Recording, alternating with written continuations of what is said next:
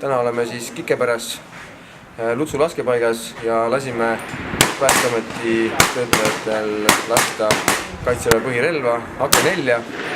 Lasime mitut erinevat harjutust ja lasime seda suurepärast metallsihtmärki, mis siis annab laskjale kohese tagasiside tema lasku tulemusest.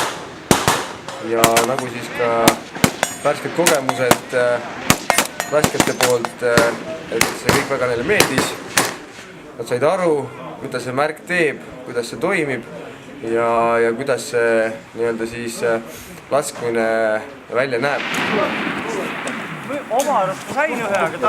Kõigil väga meeldis ja tulevikus tahaksid laskmistel veel osaleda ja ma arvan, et see ei oleks ka üldse halb idee, kui erinevad riigikaitseorganisatsioonid omavahel korraldavad üritusi ja saavad üksteise tööst rohkem aru.